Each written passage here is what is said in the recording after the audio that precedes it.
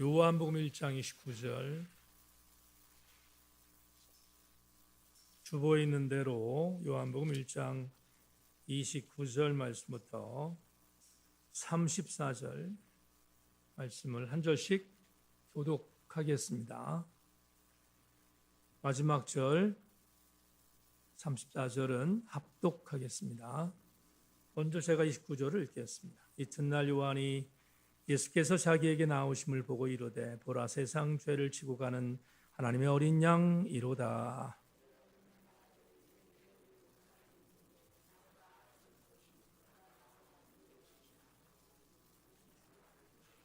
나도 그를 알지 못하였으나 내가 와서 물로 세를 베푸는 것은 그를 이스라엘에 나타내려 함이라 하니라.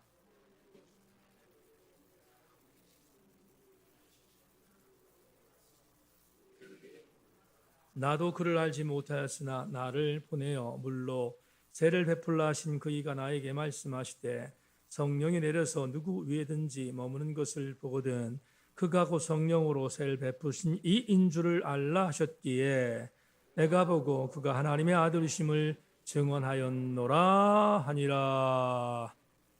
아멘. 주보 잠깐 볼까요?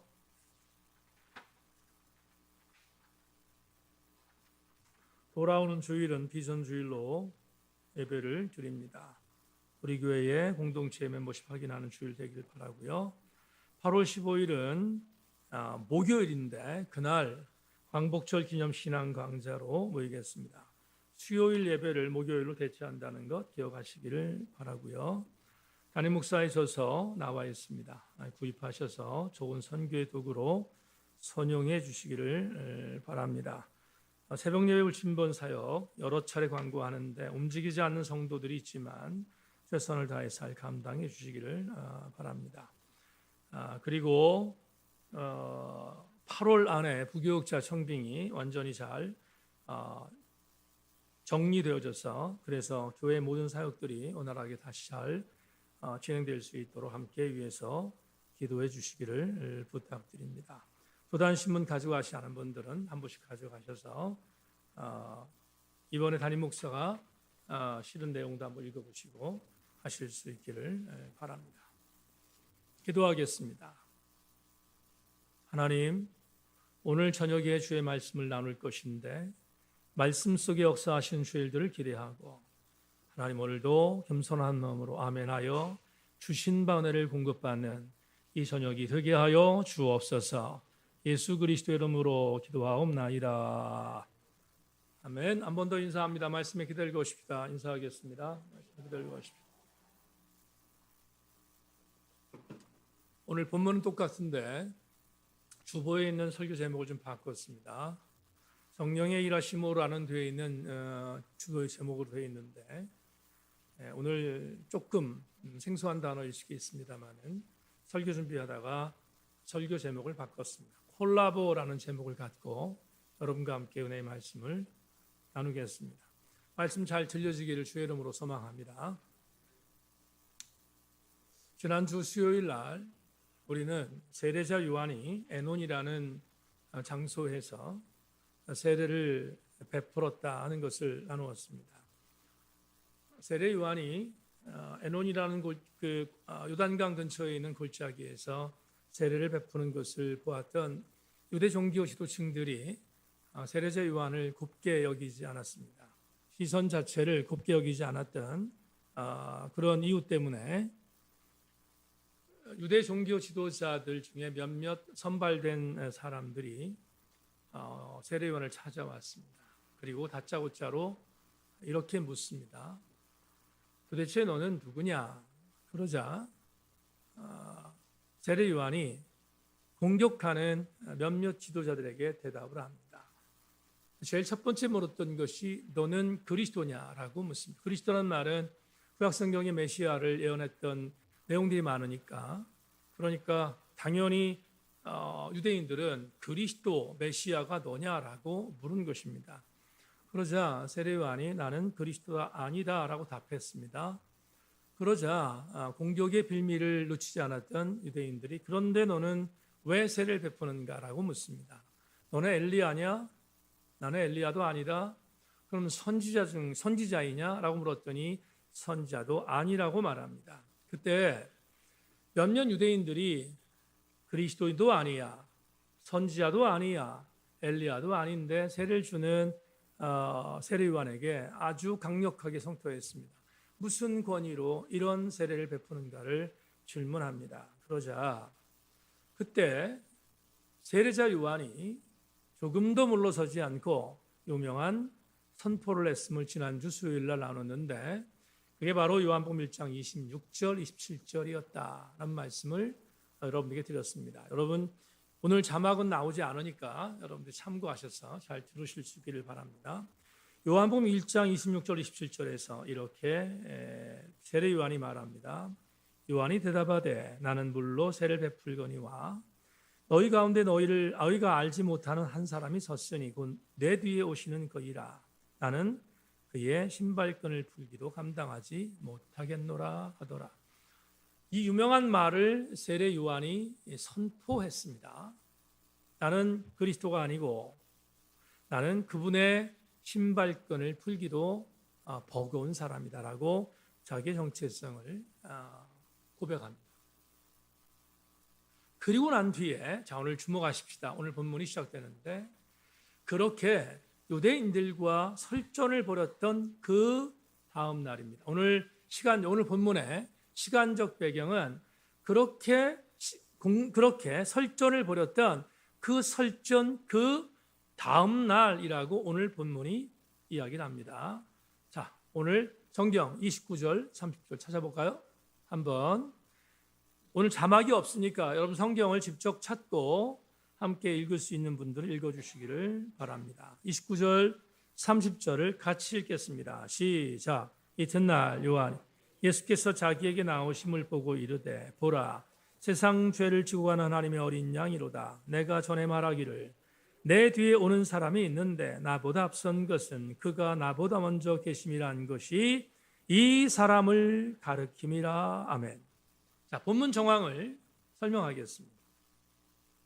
유대 종교 지도자들과 설전을 벌였던 세례자 요한은 그 다음 날 한 광경을 봅니다. 어떤 광경인가 하면, 얼마 전에 여러분 담임 설교를 잘 들어주셔야 합니다. 오늘 본문을 우리가 착각할 때가 많기 때문에 그래요. 그러니까 이전에 혹시 이 본문을 내가 착각했던 내용이라고 하면 완전히 버리고 오늘 담임 목사 설교를 통하여 새롭게 적용받는 시간이 되기를 바라는데, 어떤 사람이 자기에게로 옵니다. 세례자 요한이 지금 고백하고 있는 겁니다. 어떤 사람이 자기한테 오고 있습니다. 그런데 그 오고 있는 사람은 가만히 보니까 자기에게 이미 세례를 받은 사람이었습니다. 자기에게 이미 세례를 받았으니까 얼굴을 기억하고 있겠죠? 자, 다시 한 번만. 유대인들과 설전을 벌인 그 다음 날이 됐는데 어떤 한 사람이 자기에게 오고 있습니다. 가만히 보니까 자기에게 세례를 받은 어떤 사람이었습니다. 즉각적으로 세례 요한은 그 사람을 향해서 자기의 제자들 옆에서 세례 요한과 함께 있었던 측근과 제자들에게 다 듣는 소리를 이렇게 선포합니다. 보라, 세상 죄를 지고 가는 하나님의 어린 양 이로다. 누구의 말이죠? 세례자 요한의 말입니다. 심지어 이렇게 말합니다. 이분은 지금 자기에게 오고 있는 사람입니다. 그 오고 있는 사람, 그 사람은 세상 죄를 지고 가는 하나님의 어린 양이기도 하지만 이 사람은 내가 이전에 말했던 것처럼 조금 전에 얘기했는데 나는 그의 신발끈을 풀기도 버거운 존재이고 그분은 나보다 훨씬 앞선 존재의 그분입니다 라고 선포하고 있습니다. 여러분, 세례 요한이 이렇게 말하는 사람이 누구인가 우리는 다 알아요. 우리는 지금 세상 죄를 지고 간 하나님의 어린 양이라고 말한 그 사람이 누군지 알고 더불어 그분은 나보다 훨씬 더 앞선 존재라는 사실도 우리는 무슨 말인지를 압니다. 왜냐하면 그분이 예수 그리스도이시기 때문이죠. 그러니까 우리는 그걸 알고 있단 말입니다. 그런데 우리가 이 본문을 좀 뒤집어 봐야 됩니다. 우리는 이 본문에서 이런 해석을 좀 해야 되는데요. 오늘 32절과 33절, 34절을 다시 한번 읽겠습니다. 같이 32절, 33절, 34절을 다시 한번 읽겠습니다. 시작. 요한이 또 증언하여 이르되 내가 보매 성령이 비둘기같이 하늘로부터 내려와서 그의 위에 머물렀더라. 나도 그를 알지 못하였으나 나를 보내어 물로 세를 베풀라 하신 그에게 나에게 말씀하시되 성령이 내려서 누구 위에든지 머무는 것을 보거든 그가 곧 성령으로 세를 베푸는 주인들을 알라 하셨기에 내가 보고 그가 하나님의 아들심을 증언하였노라 하니라. 아멘. 자, 이제 여러분 오늘 본문을 그동안 알고 있었던 생각을 완전히 뒤집으라 말씀드렸는데 접근하겠습니다. 예수님이 오시고 계십니다. 고백했습니다. 세상 죄를 지고 간 하나님의 어린 양입니다. 그리고 자기의 제자들과 식구들에게 말합니다. 이분은 나보다 훨씬 더 앞서 있는 분입니다. 그런데 부연 설명을 해요. 세례 요한이 부연 설명을 합니다. 어떤 설명을 하냐면 내가 전에 분명히 세례를 이분에게 베풀었다. 베풀었는데 베풀 때 나에게 하나님께서 조명하신 게 있어. 이렇게 말해요. 뭘 조명했냐면 요한아, 내가 세례를 베푸는 사람들이 많을 터인데 그 중에서 내가 세례를 베푸는 그 사람들 수많은 사람 가운데서 성령께서 비둘기같이 임하는 자가 있으면 무슨 말인지 아시겠죠? 지금 에논 골짜기 근처 요단강가에서 수많은 사람에게 세례를 베풀고 있습니다. 베풀고 있는데 주군이었던 하나님께서 세례자 요한에게 이렇게 말한 거예요. 요한아, 네가 세례를 베풀 때 네 신앙적인 차원에 있어서 보게 될 것이 있다.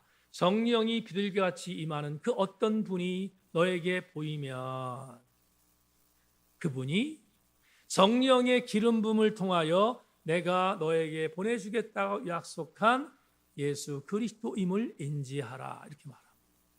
아시겠죠? 무슨 얘기인지? 그러니까 그전에 갖고 있었던 우리의 인식을 바꿀 게 뭐냐 하면 이겁니다. 어떤 분이 이런 얘기를 해요. 오늘 본문이 세례 요한이 예수께서 오셔서 오신 예수를 세례 요한이 세례 베푸는 그 장면이라고 해석하는데 천만의 말씀이라. 그렇지 않습니다. 여러분 시간적인 부분을 분명히 말씀드렸는데 이미 예수라고 하는 그분은 세례자 요한에게 세례를 받은 이유입니다. 세례를 받은 이유고요. 그 분명한 증거가 또 하나 뭐냐 하면 세례 요한은 자기가 세례를 베풀었던 저 사람, 세상 죄를 지고 가는 저 사람 알고 있었던 사람이었습니까? 모르고 있던 사람이었습니까? 전혀 몰랐던 사람이었어요. 전혀 몰랐던 사람이라고 본문이 말하고 있습니다. 그러니까 전혀 몰랐던 사람인데 저 양반이 나에게 와서 나에게 세례를 받았다? 근데 내가 놀라운 걸 봤어. 내가 저 양반에게 세례를 주는데 야훼께서 나에게 조명하신 그대로 저분에게 세례를 베푸는 그 순간 저분의 머리 위에 성령이 기름 부음처럼 비둘기처럼 임했다라고 선포한 거예요. 그래서 오늘 마지막 절에서 확신합니다. 뭘 확신하냐면 이렇게 자기의 제자들에게 세례 요한이 자기의 측근들과 제자들에게 말합니다. 그래서 나는 분명히 알았어. 저분이 하나님의 아들이시람을 이시는 것을 나는 알았다라고 증언한 거예요. 그러면 우리는 오늘 이 내용을 보면서 대단히 중요한 것을 하나 발견하게 되는데요. 뭐냐 하면 이런 겁니다. 우리 다른 성경 구절 하나를 여러분 소개하겠는데요. 마가복음 1장 9절 11절 다 찾습니다. 한번 찾아봅시다. 마가복음 1장 9절로 11절을 찾아봅시다. 다음 주에 다시 여러분 자막 서비스를 할 테니까 오늘은 여러분 좀 불편하더라도 성경을 찾습니다. 마가복음 1장 9절로 11절 말씀을 찾으셨습니까? 하셨으면 아멘 합시다. 자, 함께 읽겠습니다. 시작. 그때에 예수께서 갈릴리 나사렛으로부터 와서 요단강에서 요한에게 세례를 받으시고 곧 물에서 올라오실새 하늘이 갈라짐과 성령이 비둘기같이 자기에게 내려오심을 보시더니 하늘로부터 소리가 나기를 너는 내 사랑하는 아들이라 내가 너를 기뻐하노라 하시니라. 아멘. 분명한 팩트가 있어요. 마가복음 기자가 세례 요한이 예수님께 세례를 베풀 때 두 가지 현상이 있었음을 보고하잖아요. 어떤 보고입니까? 세례자 요한이 예수님에게 세례를 베푸는 그때 두 가지 현상이 있었다고 했습니다. 하늘이 갈라졌고 하늘이 갈라진 그 순간 성령이 비둘기같이 예수 그리스도 그분은 예수인지는 몰랐지만 내가 세례를 베푼 그 피대상자 세례자였던 그분에게 성령이 비둘기같이 임했다는 것이 첫 번째 보고고, 그렇죠? 첫 번째 보고입니다. 두 번째는 어떤 보고가 있습니까? 이렇게 말합니다. 그때 성령이 비둘기같이 그분에게 임하는 그 순간 하늘이 열렸는데 하늘의 소리가 들렸다. 뭐라고 들렸는가 하면 이는 내 사랑하는 아들이요 내 기뻐하는 자다. 이 말을 신학자들이 뭐라고 말하냐면 이는 내 사랑하는 아들이요 내 기뻐하는 자라는 이 선포를 뭐라고 말하냐면 예수 그리스도의 공생애의 정식적인 선포라고 말합니다. 다시 말하면 예수님이 하나님의 아들로서 정식으로 임명되는 순간이에요. 다시 그런 은혜가 있다는 말씀을 이 지금 마가복음 1장 9절로 11절 말씀에서 증언하고 있습니다. 그런데 자, 오늘 본문 다시 들어갑니다. 요한복음에서 유대인과 설절을 벌인 그 다음 날 나에게 이미 세례를 받았던 그 사람. 근데 기억이 있어요. 세례자 요한에게 어떤 기억이 있는가 하면 내가 저 사람에게 세례를 베풀었을 때 하늘에 소리가 있었던 내용. 두 번째, 성령이 비둘기같이 그의 머리 위에 임했던 것. 그 두 가지를 경험했잖아요. 이미 경험했다고요. 그러니까 세례자 요한은 마음속에 뭐가 있었는가? 이게 있었습니다. 나는 저분을 알지 못했지만 저분은 바로 나에게 하나님께서 조명해 주셨던 하나님의 아들이셨구나 라는 사실을 나는 알고 있다는 고백을 오늘 본문에서 하고 있는 것입니다. 그렇다면 여러분 오늘 우리는 레마로 들어가기 위해서 굉장히 중요한 교훈을 얻게 됩니다. 이런 겁니다. 세례자 요한의 말로 여러분에게 설명하겠습니다. 세례 요한이 예수 그리스도에게 세례를 베푼 것. 다시 한 번만. 세례 요한이 예수님에게 세례를 베푼 것. 또 한 가지. 예수께서 요한에게 가서 세례를 받은 것. 똑같은 얘기입니다. 다시 한 번만. 오늘 레마에 들어가는 아주 중요한 어떤 초입에 있어서 말씀드리는 거예요. 세례자 요한이 예수에게 세례를 베푼 것과 예수께서 요한에게 가서 세례를 받은 것, 이 두 가지는 한 가지 공통점이 있다. 뭐냐 하면 여러분 하나님이 계획하신 구속사의 은혜를 다시 한 번만 하나님이 계획하신 구속사의 은혜를 이루기 위하여 주님이 우리에게 오셨잖아요. 다 같이 아멘. 주님이 우리에게 오셨잖아요. 오셨습니다. 그래서 오셔서 십자가 못 박혀 돌아가시면서 그분은 하나님이 계획하셨던 우리 인류 구원의 구속사를 성취하셨어요. 성취하셨다고요? 그런데 성취로 끝나지 않은 게 하나 있어요. 뭐냐 하면 예수님은 구속사를 성취하셨지만 성령 하나님은 구속사의 완성을 위하여 돕고 계셨다 이 말이에요. 자, 여러분 콜라보란 말이 무슨 뜻입니까? 콜라보는 영어 단어 콜라보레이션의 준말인데요. 어떤 유명한 사람과 어떤 유명한 사람이 합작해서 연주하거나 아니면 뭔가 합작해서 작품을 발표하는 것을 콜라보라고 얘기하잖아요. 그런 것처럼 제가 오늘 설교 제목을 바꾼 이유가 뭐냐 하면 여러분 예수 그리스도께서 세례 요한에게 세례를 받으셨어요. 세례를 받으셨습니다. 세례 요한은 하나님 명령대로 세례를 베푼 것 말고는 세례 요한이 한 것은 없습니다. 세례자 요한은 예수 그리스도에게 분명히 세례를 베풀었습니다. 근데 그 세례를 베푼 사건에 어떤 신학적인 의미가 있는가? 예수 그리스도께서 이 땅에 말씀으로 오셔서 우리를 위하여 십자가에 못 박혀 돌아가셔 죽으시는 하나님이 계획하신 구속사의 계획을 성취하셨고, 뿐만 아니라 성취하는 그 과정에서 성령 하나님은 예수 그리스도의 그 구속사를 이루기 위하여, 완성하기 위하여 돕고 계셨던 콜라보의 주인공이었음을 오늘 본문을 통해서 우리에게 제시하고 있습니다. 그렇다면 여러분, 오늘 본문 29절에서 세례자 요한이 이렇게 말하잖아요. 세상 죄를 지고 가는 하나님의 어린 양이라는 고백이 무슨 의미인지 아시겠죠? 충분히 이해할 수 있습니다. 그러니까 예수 그리스도께서는 세상의 죄를 지고 가기 위해 이 땅에 오신 어린 양이시며, 성령 하나님은 그 예수 그리스도의 구속사를 완성하기 위하여 옆에서 도와주셨던 콜라보의 하나님이었음을 이 본문을 통하여 우리에게 알게 해 주신다, 이 말입니다. 세상 죄 지고 가는 어린 양을 보라, 어린 양 보라, 어린 양 보라.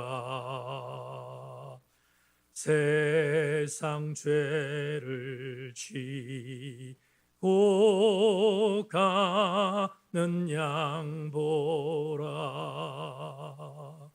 채찍에 맞아 쓰러지네,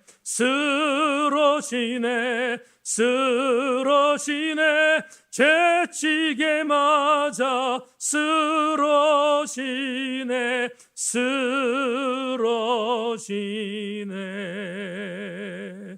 또 끌려가다 쓰러지네.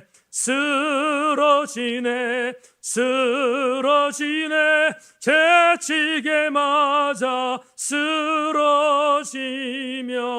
또 끌려가네. 또 쓰러지네. 또 끌려가네.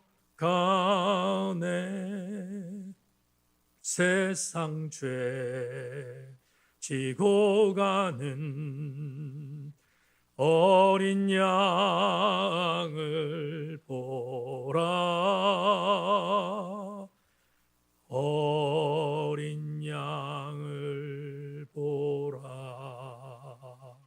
주님은 우리에게 오신 세상 죄를 지고 가는 하나님의 어린 양의 역할을 감당하시기 위하여 이 땅에 오셨고, 오신 그분은 그 놀라운 사역을 실천하셨고 성취하셨으며, 성령께서는 그 어린 양 대신 예수 그리스도의 구속사를 돕는 콜라보 역할을 감당했던 돕는 하나님이었다는 사실을 오늘 이 본문을 통하여 우리는 알게 됩니다. 그렇다면 우리는 오늘 레마로 들어갈 수 있습니다.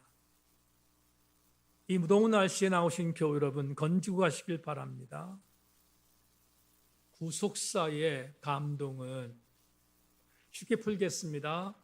저와 여러분이 죽을 수밖에 없었던 영적 상태에서 건진받아 하나님의 백성으로 만들어졌던 놀라운 은혜의 감동은 성부 하나님이 계획하셨고, 성자 예수님께서 성취하셨고, 성령 하나님께서 이루신 콜라보의 은혜임을 잊지 마시기를 주의 이름으로 소망합니다.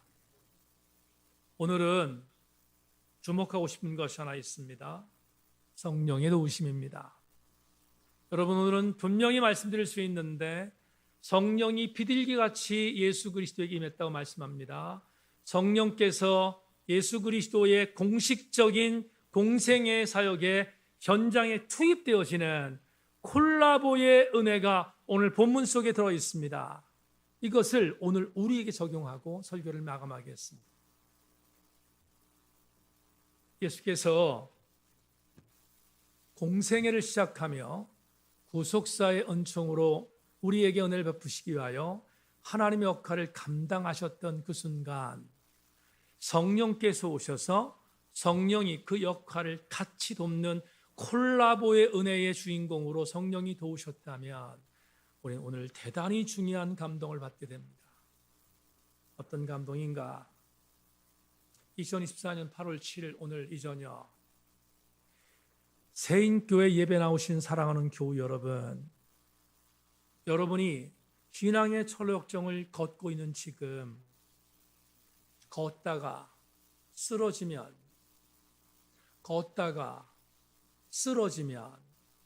걷다가 또 쓰러지면 주께서 보내신 성령 하나님께서 우리를 돕고 계심을 믿으시기를 축원합니다. 잊지 말아야 합니다. 여러분, 오늘 예배의 가장 중요한 설교의 포인트는 바로 이것입니다. 2024년 8월 7일 현재 우리의 신앙의 상태 속에서 우리 혼자 걷는 것이 아니라 예수 그리스도께서 구속사의 작을 위하여 세례를 받는 그 순간 성령이 오셔서 세례받는 예수를 도우셨다면 오늘 2024년 8월 7일 우리 세인교회 성도들의 범사의 여정 속에서 여러분을 성령께서도 돕는 것이 마땅하지 않겠습니까?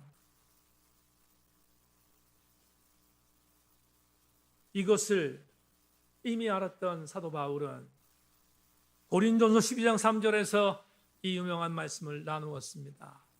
고린도서 12장 3절은 이렇게 말합니다. 그러므로 내가 너희에게 알리노니 하나님의 영으로 말하는 자는 누구든지 예수를 저주할 자라 하지 아니하고 또 성령으로 아니하고는 누구든지 예수를 주라고 할 수 없느니라. 오늘 주님이라고 나의 주님이라고 고백하는 여러분이 주님을 주님이라고 고백하고 싶어서 고백하는 것이 아니라 성령이 돕고 계시기 때문임을 이 저녁에 잊지 마시기를 주의 이름으로 소망합니다. 한 가지 은혜를 더 나누겠습니다. 우리가 살고 있는 철로역정의 여간 속에서 사단의 포화, 사단의 공격, 사단의 집중적인 본물 터지는 공격은 무시무시합니다. 여러분, 지난 3일 동안 살아왔습니다. 현장에서 여러분 살아오셨습니다. 지난 3일 동안 현장에서 무시무시한 세속적 권력과 세속적인 공격에서 우리 노출되어 있었고 정도의 차이는 있지만 그 세속적인 사단의 공격에 노출되어 우리는 수없이 공격받았던 지난 3일을 살았습니다. 그런데 그 공격에서 우리가 오늘 이기고 수요 저녁 예배 나올 수 있었던 것은 내 힘이 아니었습니다. 그러면 어떤 힘이었을까? 사도 바울 로마서 8장 1절로 2절에서 이렇게 우리에게 약속해 주셨습니다. 로마서 8장 1절로 2절 여러분 선포하면 아멘으로 화답할 수 있기를 바랍니다. 그러므로 이제 그리스도 예수 안에 있는 자에게는 결코 정죄함이 없나니 이는 그리스도 예수 안에 있는 생명의 성령의 법이 죄와 사망의 법에서 너희를 해방하였음이라라고 말합니다. 오늘 이 수요일 저녁에 나오실 수 있었던 이유는 성령의 생명의 법이 사단이 우리에게 공격했던 사망의 법을 짓눌렀기에 성령이 우리를 도와주셨기에 오늘 이 저녁에 주 앞에 나와 예배하는 하나님 백성이 된 것을 믿으시고 그 성령의 일하심이 콜라보로 이루어졌음을 확신하고 위로받기를 주의 이름으로 소망합니다. 한 가지만 더 은혜를 나누기를 원합니다. 여러분, 만만치 않은 신앙생활, 정말 만만치 않은 신앙생활입니다. 아주 옛날 신학교에서 제가 이런 얘기를 들었습니다. 예수 믿고 구원받는 것은 누워서 떡 먹기다. 예수 믿고 구원받는 것은 누워서 떡 먹기다. 신학교에서 이런 얘기 들었습니다. 그런데 구원받은 그 구원의 감격을 유지하는 것은 고통이다. 그렇지 않습니까? 우리에게 어떤 고통이 있습니까? 역시 바울이 우리에게 어떤 고통이 임했는지를 먼저 알려줍니다. 유진 피터슨의 메시지의 번역으로 바울이 어떤 고난을 당했는지 고린도전 11장의 말씀을 소개합니다. 나는 그들보다 더 열심히 일했고 그들보다 더 자주 투옥되었고 매도 셀 수 없을 만큼 많이 맞았고 죽음의 고비도 여러 차례 넘겼습니다. 유대인들에게 매 39대를 맞은 것이 5차례나 되며 로마 사람들에게 매질을 당한 것이 3차례, 돌로 맞은 것이 1차례입니다. 3차례나 배가 난파되었고 망망한 바다에 빠져 꼬박 하루를 보내기도 했습니다. 해마다 고된 여행을 하면서 여러 개의 강을 건넜고 강도를 피해 다니고 벗들과도 다툴고 적들과도 싸워야 했습니다. 도시에서도 위험에 처하고 시골에서도 위험에 처했으며 태양이 장렬하는 사막의 위험과 폭풍이 있는 바다의 위험도 겪었고 형제를 어겼던 사람들에게 배신도 당했습니다. 단조롭고 고된 일과 중노동을 겪고 길고 외로운 밤을 여러 차례 지새우고 식사도 자주 거르고 추위에 상하고 헐벗은 채 비바람을 맞기도 했습니다. 바울은 고린도후서 11장에서 내가 신앙의 여정 안에 달려가는 동안 당했던 수없이 많은 고통을 이렇게 표현했습니다. 그런데 이 모든 고통을 일거에 날리는 이 모든 고통이 나에게 이렇게 엄청나게 다가오긴 했지만 내가 이 모든 고통을 이길 수 있었던 이유를 사도 바울은 로마서에서 이렇게 표현합니다. 여러분, 정도의 차이가 있습니다. 상의 차가 있습니다. 우리도 바울처럼 이런 고난을 당할 수 있습니다. 그런데 바울의 고백은 동일합니다.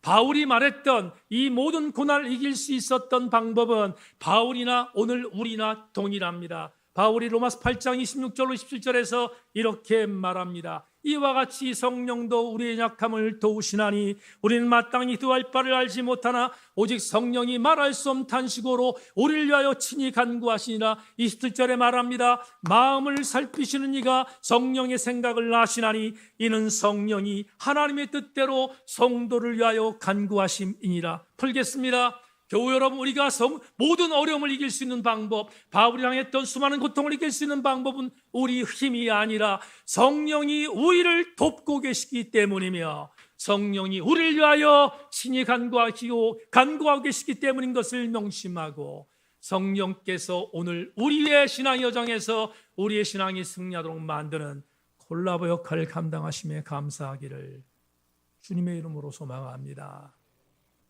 말씀 맺겠습니다. 오늘도 파리 올림픽에서 탁구대회가 열리는 걸 잠깐 봤는데 동메달을 획득했던